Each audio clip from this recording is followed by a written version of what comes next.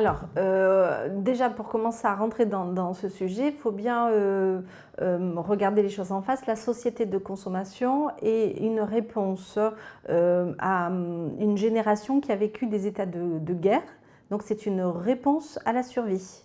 C'est-à-dire que si tu vis, comme il a été vécu en Europe, 3 guerres d'affilée dans lesquelles les gens étaient en survie, il est normal qu'ils aient essayé d'emmener une énergie qui réponde au manque qu'ils ont vécu. Donc déjà, il faut déjà le replacer dans le contexte historique.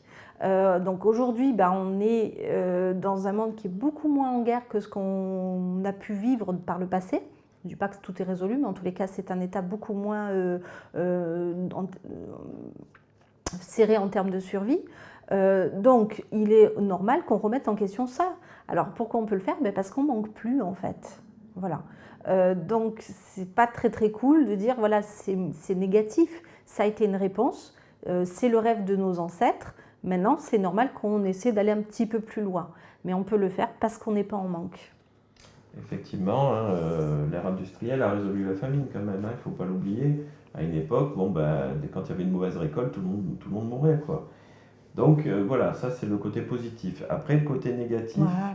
qu'on va développer, c'est qu'effectivement, on a construit cette abondance excessive sur un réflexe de survie de type reptilien, donc de gavage, quoi.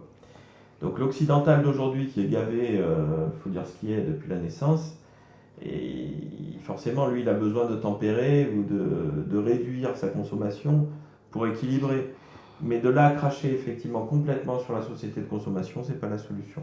Elle a besoin d'être tempérée et d'évoluer vers quelque chose où chacun réponde à ses besoins personnels plutôt que stéréotypé, c'est-à-dire qu'on croit que tout le monde veut un téléphone, une voiture, une maison en banlieue, un boulot de cadre, etc. Parce que si on est sur tout le monde veut la même chose, on pompe toutes les ressources planétaires pour produire des choses en quantité qui au final ne rendent pas les gens heureux. Alors qu'en fin de compte, si chacun répondait à ses besoins, on verrait qu'il y a bien assez en ressources pour tout le monde, en fin de compte. Alors c'était intéressant parce que du coup, encore une fois, le côté connecté, on va parler de ce que ça peut emmener en termes plein et conscient, c'est que ça remet les gens face à leur choix. Donc si vous êtes dans une consommation excessive, c'est tout simplement que vous refusez le choix. Vous n'acceptez pas de dire qu'il y a des choses qui vont vous nourrir, des choses qui ne vous nourrissent pas. Donc vous allez fonctionner comme dans les buffets illimités, vous allez vouloir tout avoir, tout prendre, tout manger, jusqu'à être gorgé complètement, jusqu'à avoir envie de vomir tout cet excès en fait. Au lieu finalement de dire je suis face à un choix et c'est à moi de privilégier les choses qui me nourrissent, les choses qui me conviennent, des choses qui ne me conviennent pas. On retombe encore une fois sur le pouvoir personnel quand même.